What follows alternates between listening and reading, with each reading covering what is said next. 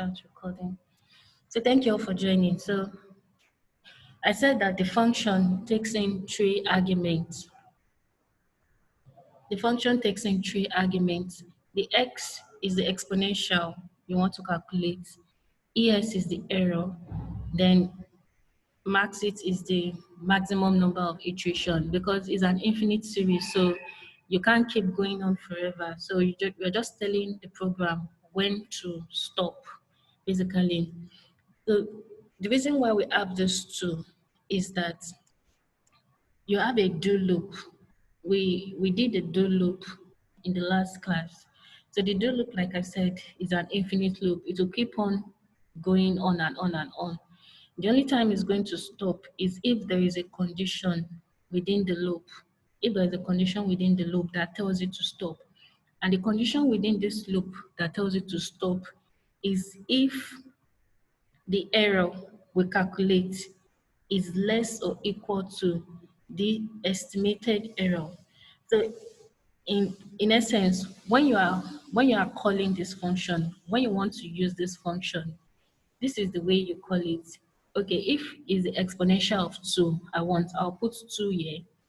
If the error, if my error, I want it to be 0.000001, I put it here. Then the maximum number of iteration I want it to go. If I want it to be 200, I put 200 here. So this is the way I call this function. So what this do loop is going to execute is that it's going to keep on repeating what is in this code until when either two conditions are satisfied. Because as we are executing the loop, we'll be calculating the error. This is where we calculate the error. And remember this line. This is the current error, and this is the previous error. So this is the current error, and this is the old error.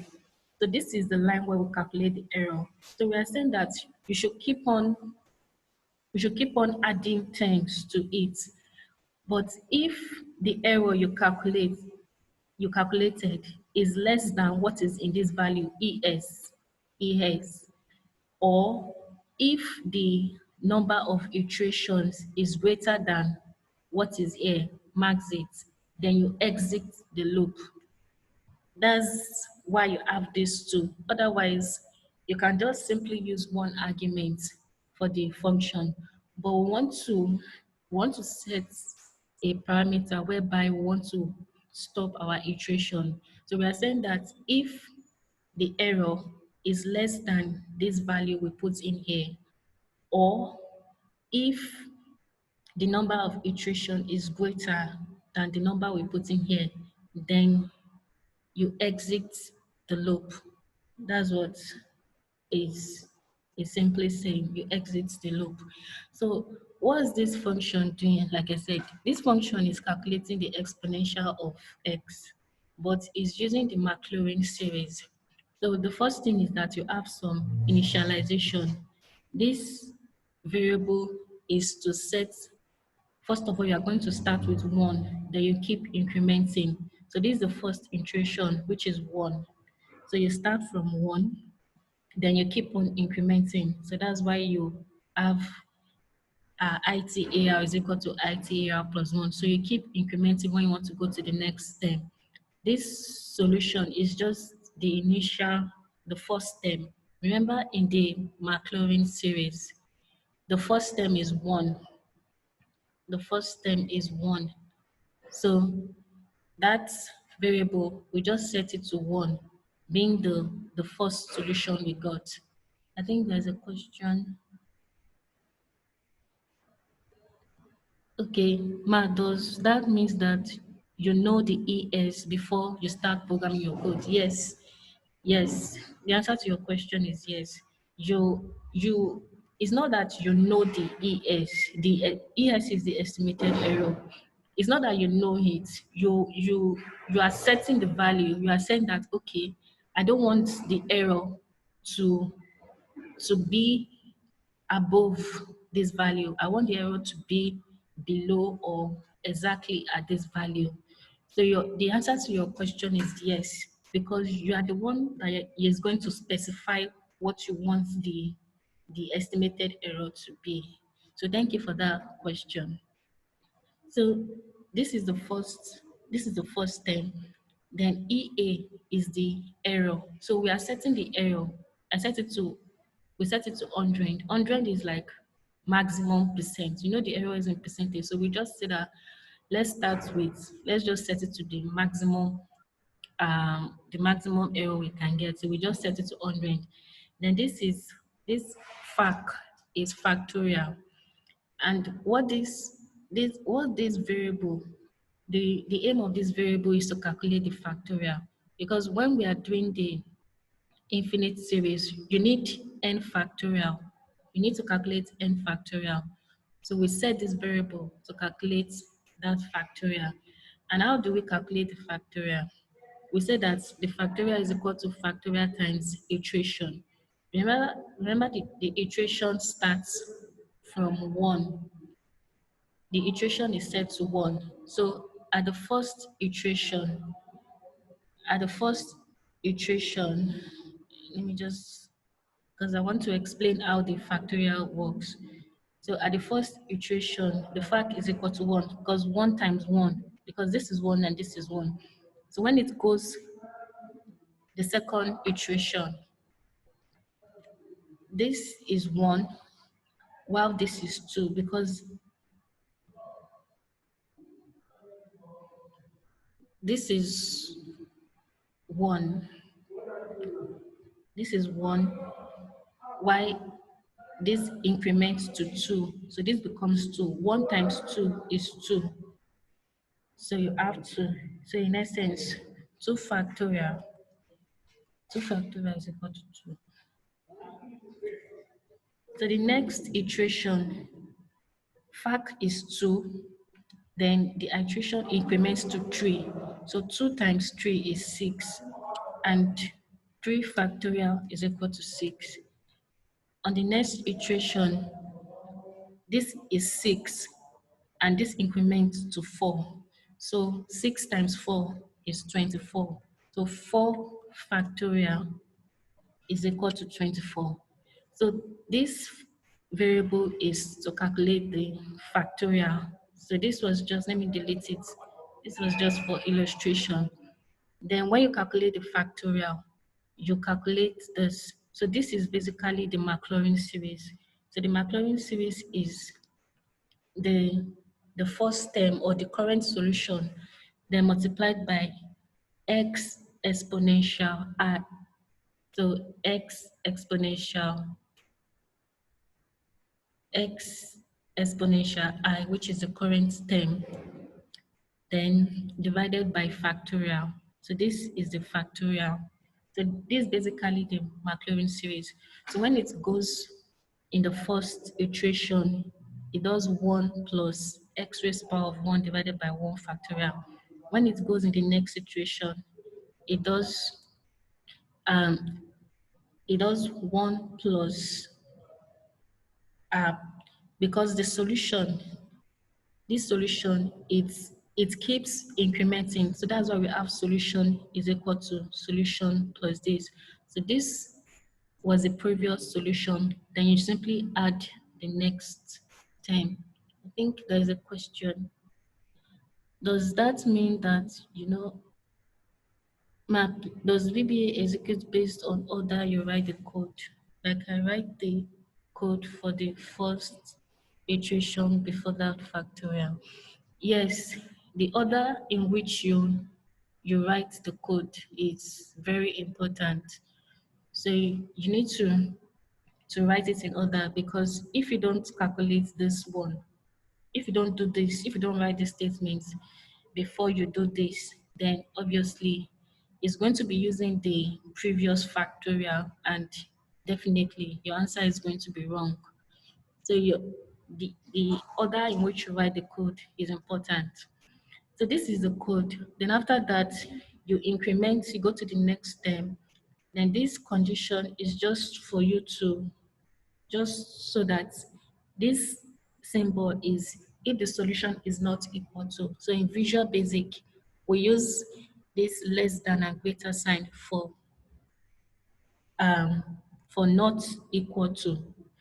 So this represents not equal to. So if the solution is not equal to 0, then you find the error.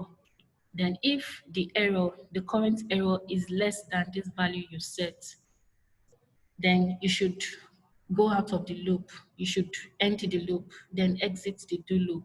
Or so if either this condition is true or this condition is true, or you've reached the maximum number of iterations, which is 200. So if anyone that comes first and is true is going to exit the do loop, and you're going to is is going to calculate it for you. So when you want to call it um, x, so you remember when we defined the function, we have 3 arguments. So when you are calling it, you have to call it with 3 arguments. So now it is the exponential of 1 we want to evaluate. So we write 1 here as the first one, and this is our error. We want to say that we don't want the error to go beyond, should not be greater than this. And this is the maximum number of iterations we want to do. So I will go to Excel VBA now, so that I go to Excel VBA. Okay.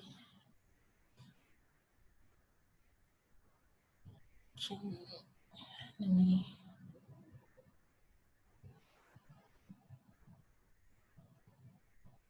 Sorry about that.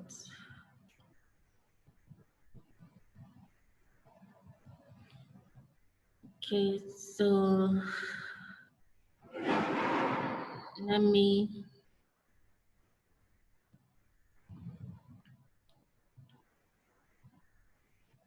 go to Excel now, so that I will run it.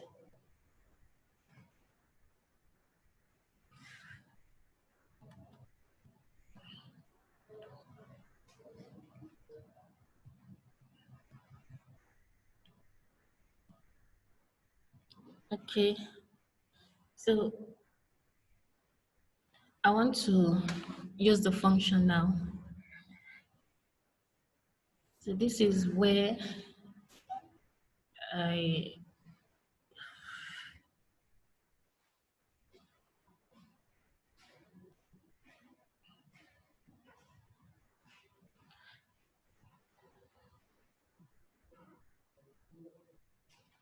sorry about that. I just want to open the Excel.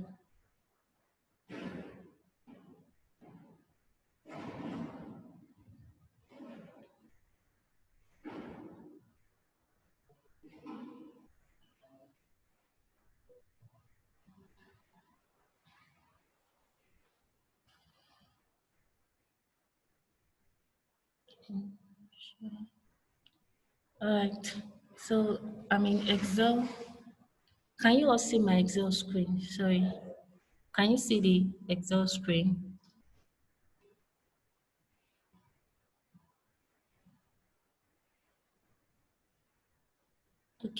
Okay, thank you. All right, so I'm in Excel now, and this is the code. So this is the code we wrote, is exactly the code I explained in the note. So when I want to, okay, somebody cannot see my screen. Can others see the Excel screen? Like if you can see my Excel screen, so that, okay, all right. Probably the person that cannot see my Excel screen, probably you can restart. You can restart the link again and see if you're going to see it. Okay, so this is the code we wrote. Then going to the Excel worksheet, you just will type in the function. So this is the function we declared. So we want to evaluate the exponential of 1. So we want this error, then we want the number of iterations. So when you click enter, this is the exponential of 1. If I want to get the exponential of 2, okay, there's an error. So if I want to get the exponential of 2, I'll just replace this one with 2. Then it's going to give me the exponential of 2. Then if I want to get the exact value, because now we are making use of the Maclaurin series. So if I want to get the exact value, there is a uh, there is a Excel function, just exponential 2 in this case. So this is the exact value. So you can see that the uh, the exact value and the approximated value which our function calculates is there is some difference. If I change it to, let the error be, let me increase the accuracy, then you can see that the estimated value and the exact value are now the same thing. So for exponential 1, this is the exact value, this is the estimated value, this is the estimated, and this is the exact value. So it's different. But if I make the error to be much more smaller, then we can see that it's the same thing now. Before I go to the other example, in Visual Basic or in MATLAB, instead of using this 0.001, you can just say 1 exponential minus 6, or it's still going to give you the same thing. It's still going to give it the same thing. So you can just write 0.001 or 1 exponential minus 6. So let me go back to the, so we have been able to write an Excel function that calculates the approximate value of the exponential function. So this is the same, this is the same, this is the MATLAB implementation of the program. So it's exactly the same thing we did. This is our exact initialization. So instead of the do loop, you have the while loop. And exactly what we did in the loop is the same thing, but the syntax is different. So is if, then the syntax for the or in MATLAB, in Visual Basic, instead of or, so this is the syntax in Visual Basic for or, but in MATLAB, this is the syntax for or. Then when you are breaking out of the loop, is a different syntax entirely. And it's just the same thing. Then this is if the solution is not equal to 0. For the Visual Basic syntax, this was what we used. This is the syntax for not equal to 0. But in MATLAB, you use the symbol for not equal to 0. So it's just basically the same thing we did. It's just different syntax. So like I said, we'll be using both Visual Basic and MATLAB in this class, but it depends on which you prefer. So I'm giving you the freedom to choose anyone you want to use, or anyone you prefer to use. So my MATLAB window is not responding. Okay, it's responding now. So this is the function. This is the function we defined.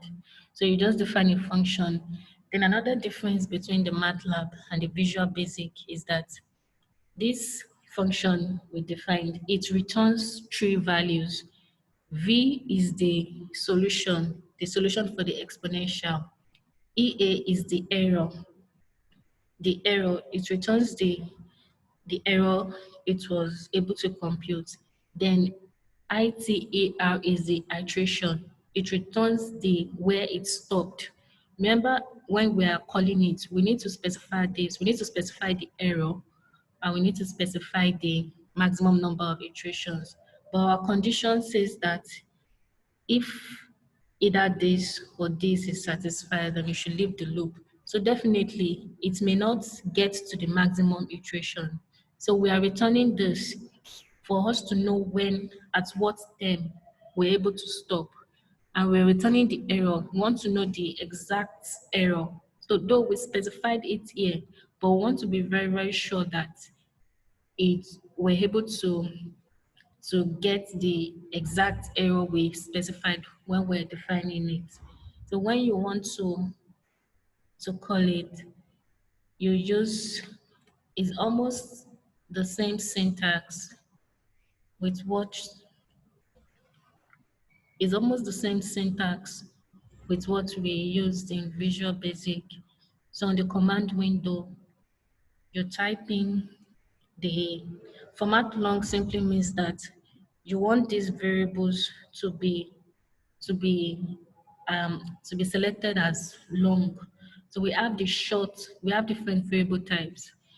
In the if you had done the assignment on the MATLAB on ramp, you might have come across it. So we have different variable types. The precision. So we have the long precision, the short, we have single, we have the double precision. So in MATLAB, this is the value of exponential 1. Then this is the error. You know, we said that the error should be below 1 exponential minus 6. So this was the error it was able to compute. Then the number of iteration it went through to get this error is 12. So it didn't have to go through to 100. So that's the implementation in MATLAB. Let me go back to the note.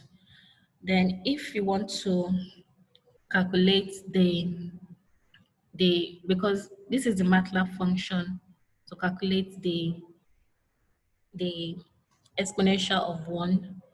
Then if you want to get the exact error, this error we are putting here is not the exact error, is the relative error, because we are using the current approximation minus the previous approximation. Remember when we started, there are two types of error. This is like the true error, the true percentage error.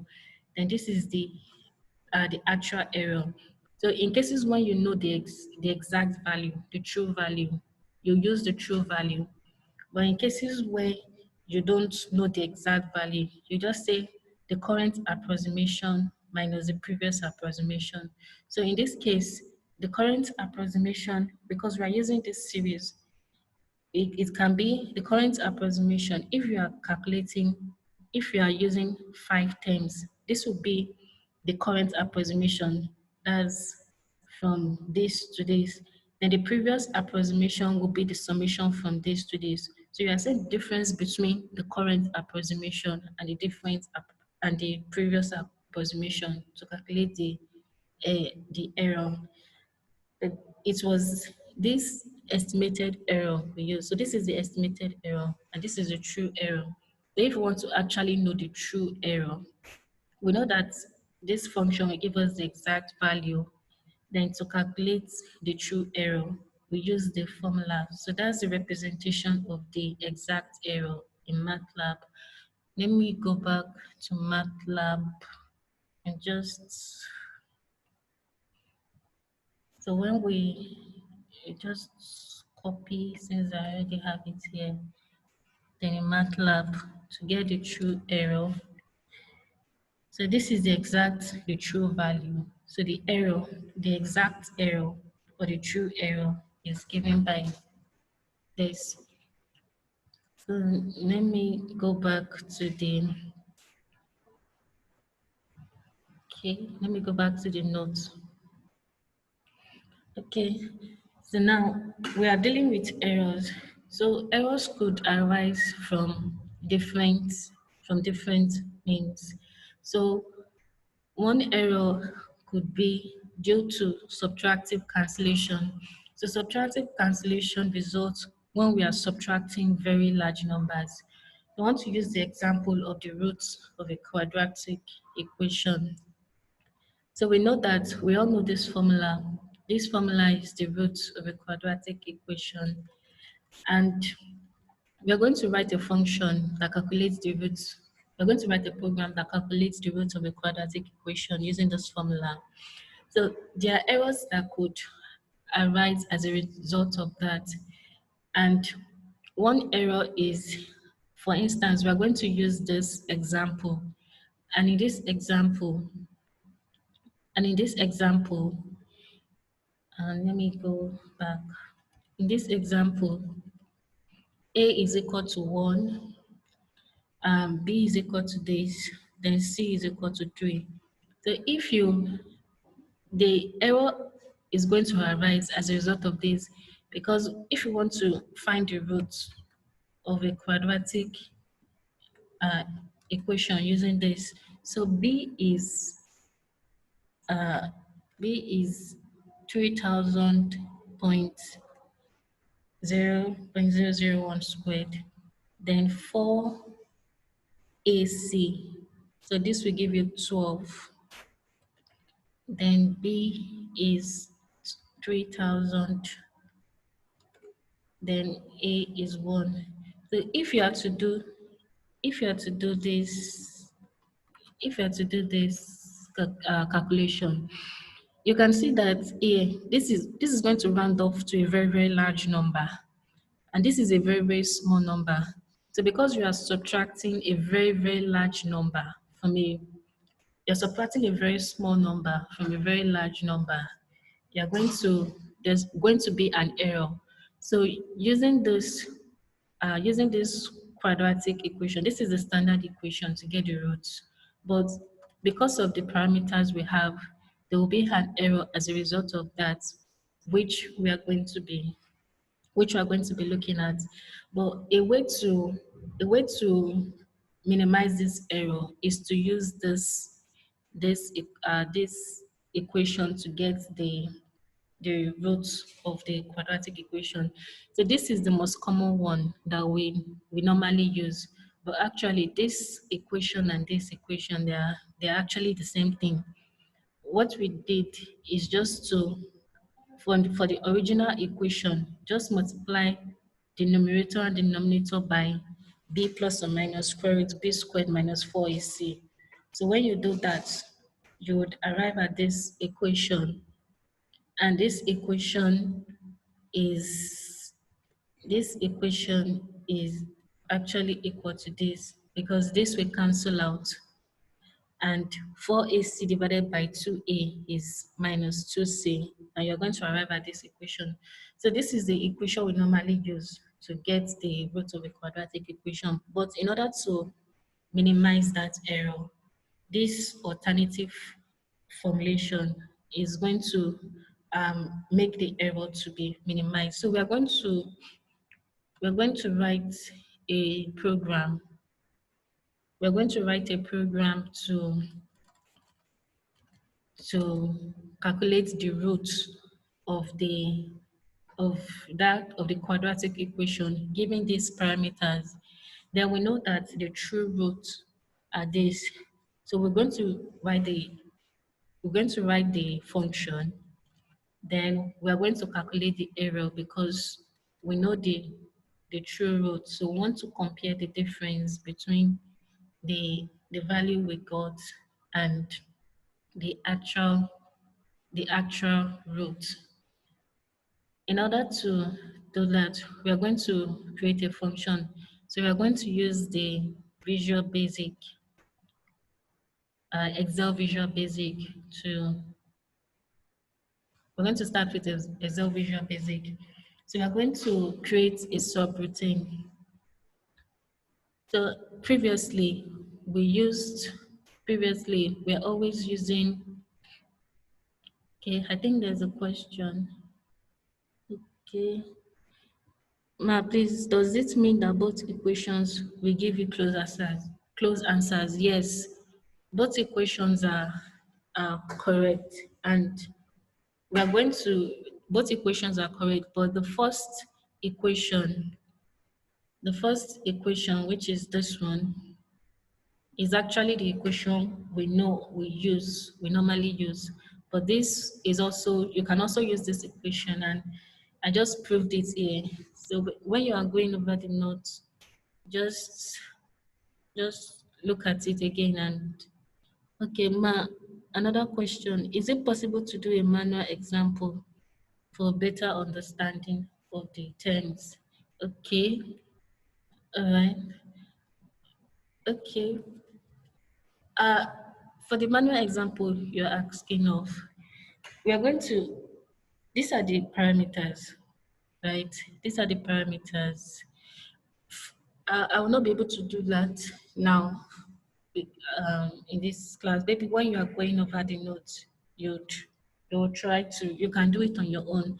So just and use the formula and use this exact value. So this was what I was trying to do here.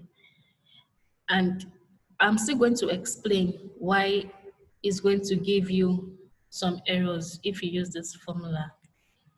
So in the code, when I'm explaining it, you're going to see the reason why. So let me try to explain from the code. So, but when you are doing it, you can just do it on your own. But using the code, when I finish explaining, you will know better why there is an error. Okay, so this is a subroutine.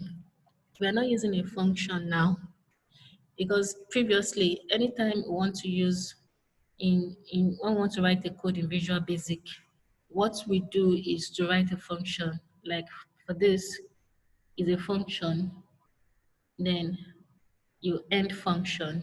But this is different. It's a subroutine. It's not a function. So it's called sub. Sub is just, and when you are ending it, you end it at sub.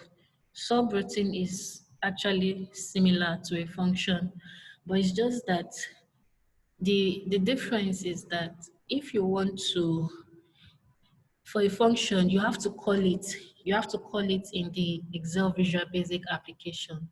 But for the subroutine, you don't need to call it. You just run it on that Visual Basic application. So that's the difference. So we're going to be doing that so that you understand it better. But this is a subroutine, and this is the name of the subroutine. And we defined 4 variables. So this is A, B, C, D.